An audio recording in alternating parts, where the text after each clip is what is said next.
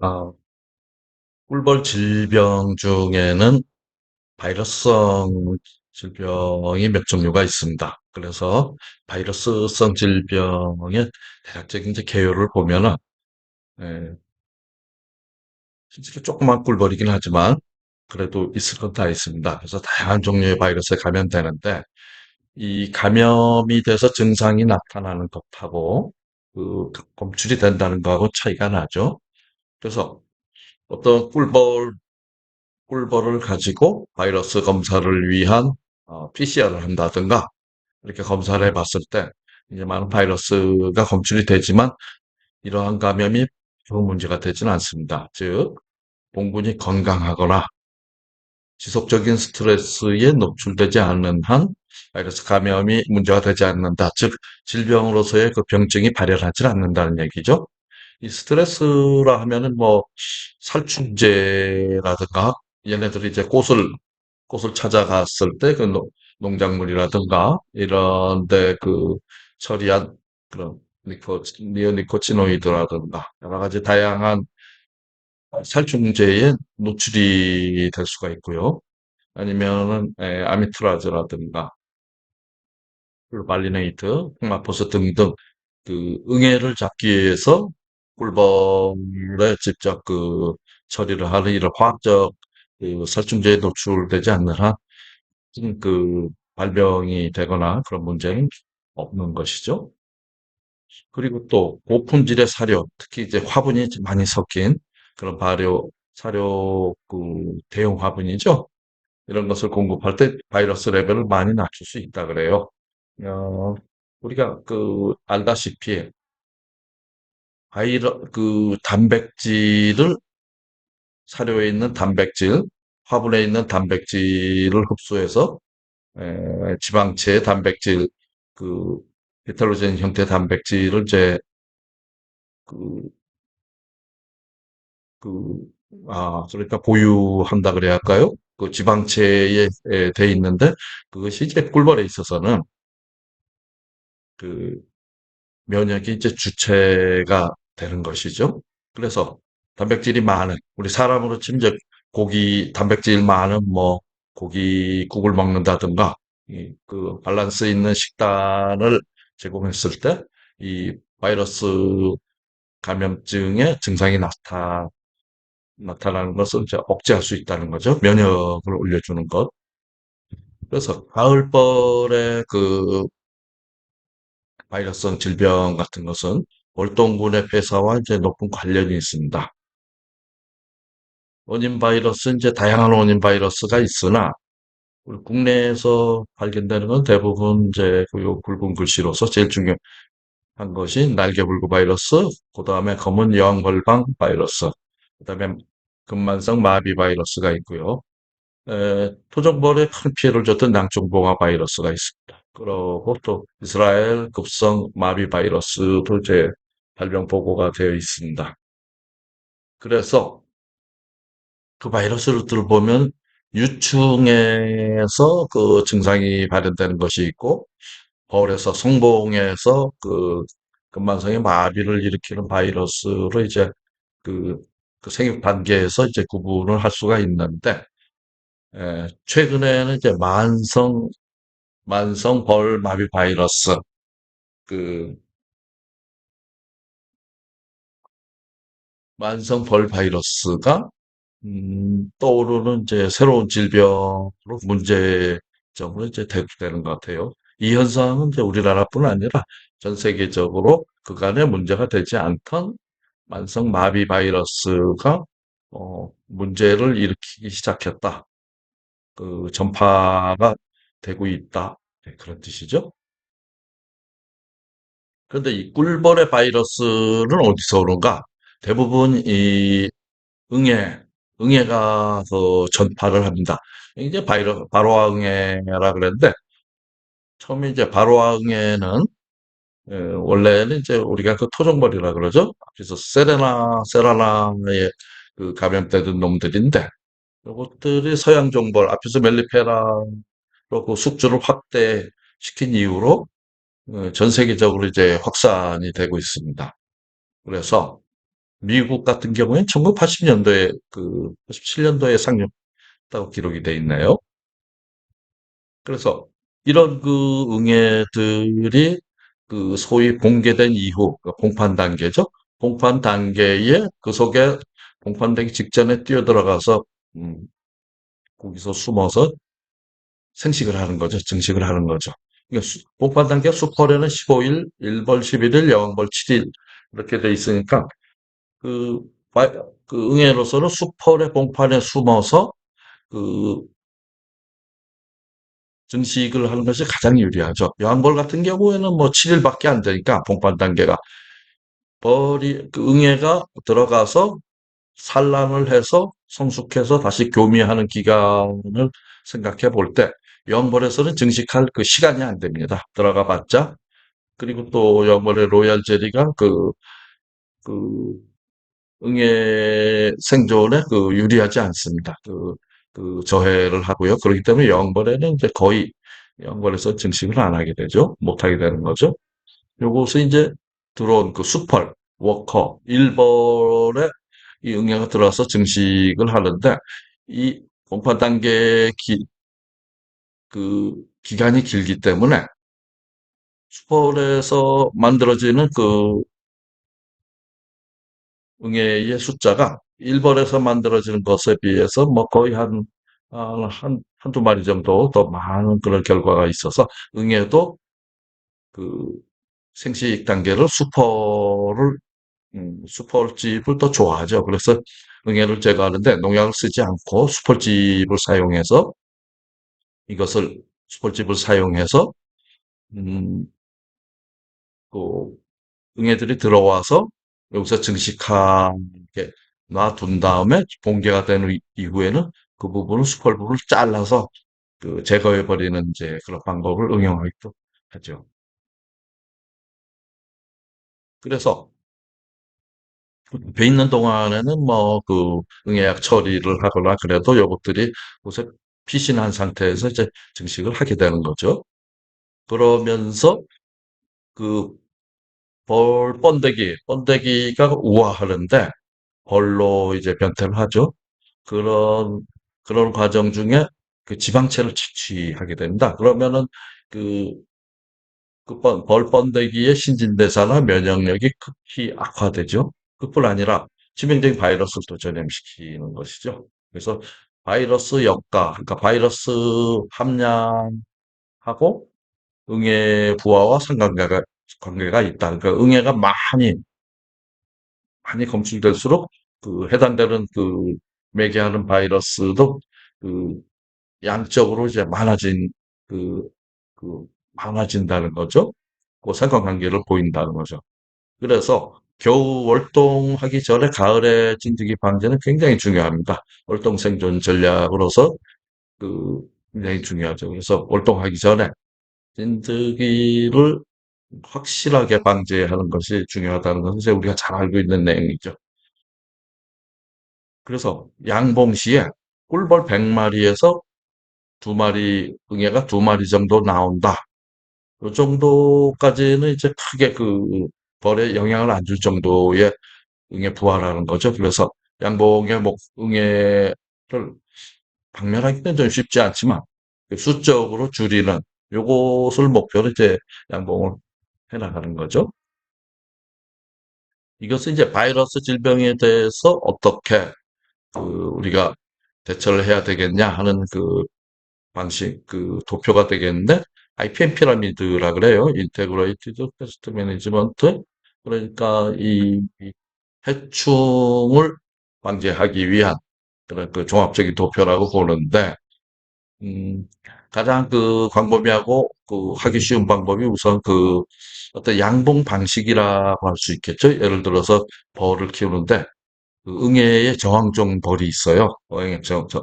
응애가 오면은 막 털어내버리고, 응애 다리를 씹어서 잘라버리는 그런 형질 가진 놈들이 있어요.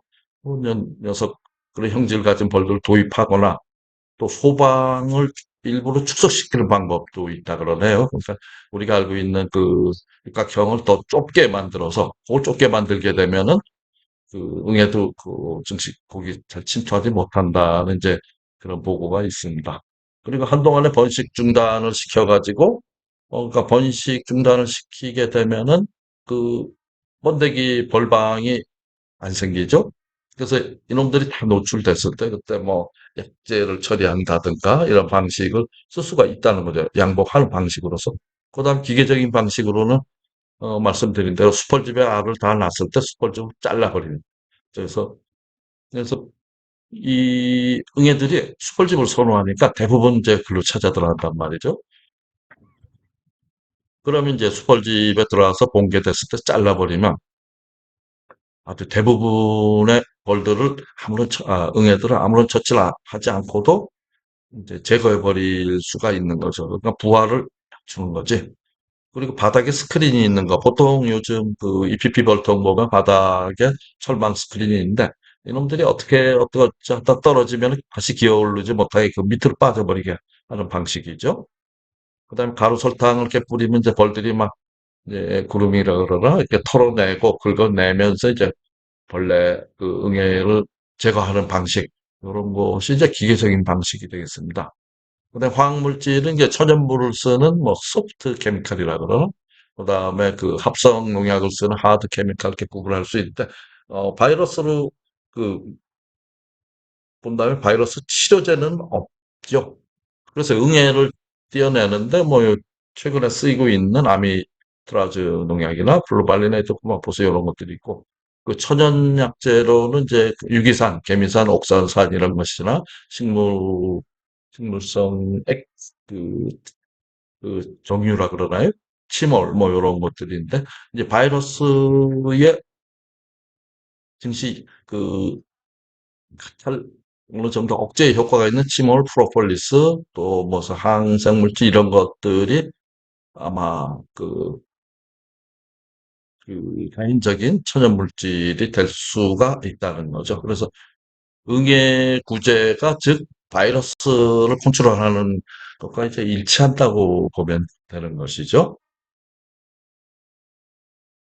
그래서 이런 그 바이러스 질병과 응애 관계를 보면 중국 가시응애는 우리나라에서는 1993년도에 중국을 통해서 국내 도입이 됐는데 아마 제일 먼저 제주도로 들어와서 그것이 다시 그 한반도로 이제 전파된 거라고 지금 알려져 있어요. 그래서 이제 국내에서도 또 외국 국외의 그 교역 시에 이러한 그 검역이 굉장히 중요한데 상대적으로 검역이 되지 않았던 것 같습니다.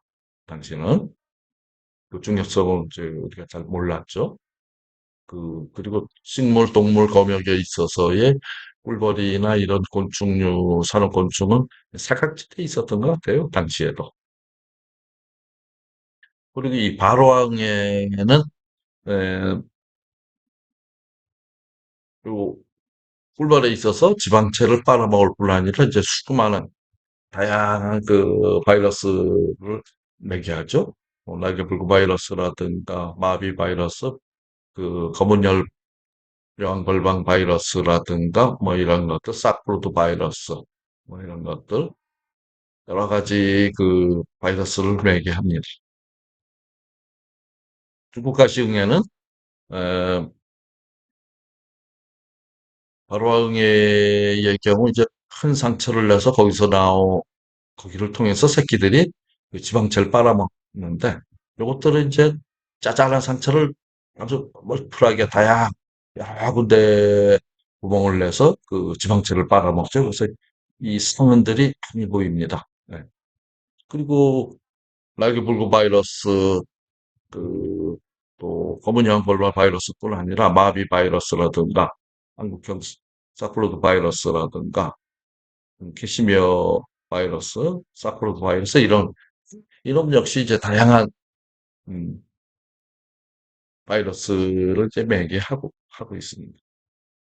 그래서 일반적인 바이러스 질병에 대한 대책을 보면은 그 특이한 세균이라면 항생제라든가 이런 특이 요법이 있는 것이 아니기 때문에 위생적인 사양 관리를 통해서 바이러스가 도입된 것을 예방하는 것이 이제 그냥 최선이죠. 그래서 공장 선정 자체도 좀 쾌적하고 깨끗한 데로 선정할 필요가 있고요. 사양 관리를 위생적으로 해야 됩니다.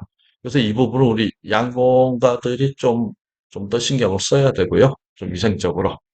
그리고 단백질이 풍부한 그런 그 사료를 넉넉하게 공급해야 할 필요가 있습니다. 이제 벌에서 꿀도 우리가 사실 뺏어 먹는 거죠. 고칼로리도 화분도 뺏어 먹는데 뺏어 먹은 만치 공급을 해줘야죠. 그래 이제 건강해진다는 거죠. 그리고 대부분 바이러스를 매개하는 응애 방면 대단히 중요하고요.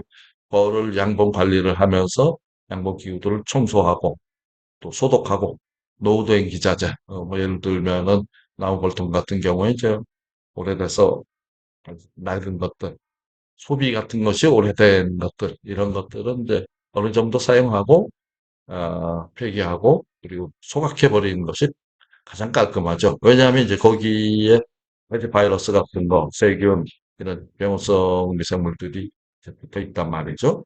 그게 소독약을 좀 뿌린다 한들, 그 완벽하게 그 멸균이 되진 않으니까 어느 정도 묵은 것들은 폐기하는 게 음, 결국 이게 경제적으로도 낫죠. 그 질병이 자꾸 걸려서 그 문제가 되고 이제 비용이 드는 것보다 그리고 생산성이 떨어진단 말이에요.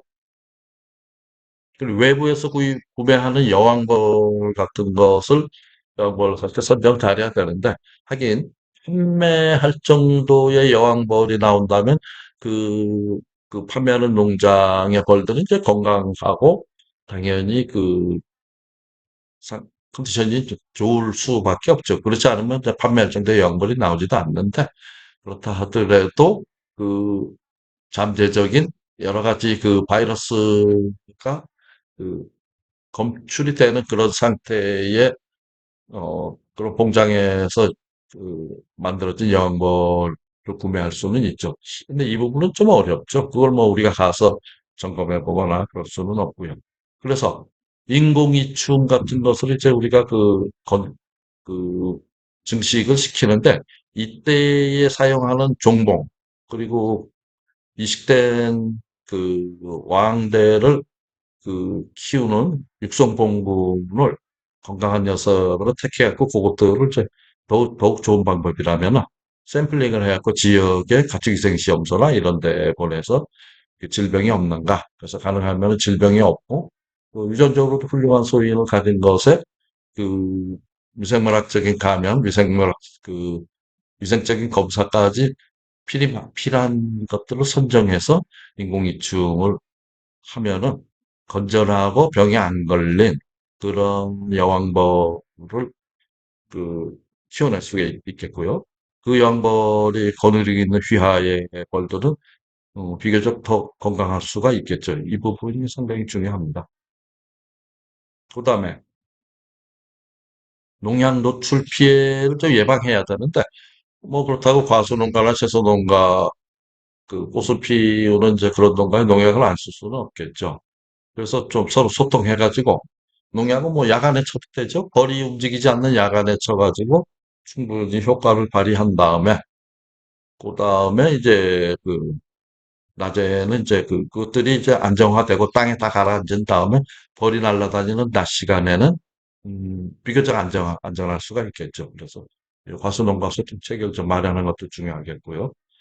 에, 국가신속진단 처방 시스템이라는 것이 있어요. 카이스 시스템. 이건 축산검역본부에서 운영하고 있는 프로그램인데 여기에 문자나 사진, 동영상, 좀 이상하다 이런 것들을 입력하면은 에, 그 내용, 진단 내용 같은 것들이 관할위생시험소 담당자들에게 전달돼서 이분들이 직접 찾아와서 진단하고 응급조치하는 서비스를 할 수 있는데 이 카이스 시스템을 한번 이용해 본